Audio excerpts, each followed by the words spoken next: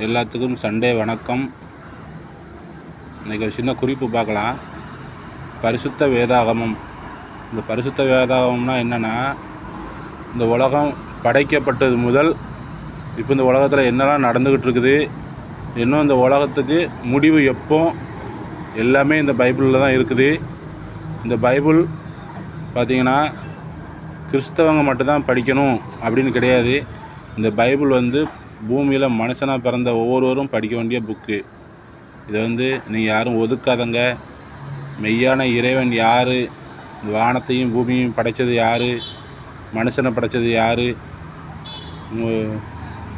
இந்த பூமியை ஆண்டவர் எத்தனை நாளில் படைத்தார், மனுஷனை எத்தனாவது நாள் படைத்தார், மிருகத்தை எத்தனாவது நாள் படைத்தார், மரம் செடி கொடிகளை எத்தனாவது நாள் படைத்தார், எல்லாமே இந்த பைபிளில் தான் இருக்குது. அதனால் யாரும் இந்த பைபிளை ஒதுக்காதங்க. நீங்கள் எத்தனையோ புக்கு படிப்பீங்க, பேப்பர் படிப்பீங்க, என்னென்னலாமோ படிப்பீங்க. ஆனால் வாழ்க்கையில் இந்த பைபிளையும் நீங்கள் படித்து பாருங்கள்.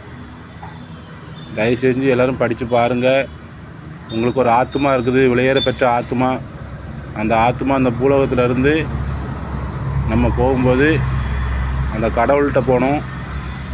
நம்ம நரகத்துக்கு போயிடக்கூடாது.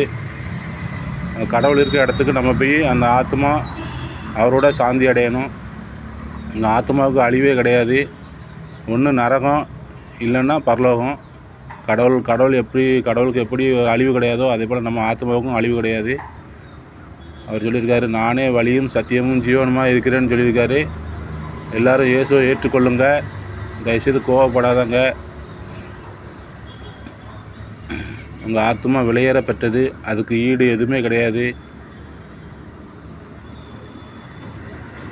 எல்லோரும் இந்த பைபிளை படிங்க. சண்டே காலை வணக்கம் மக்களே. நன்றி.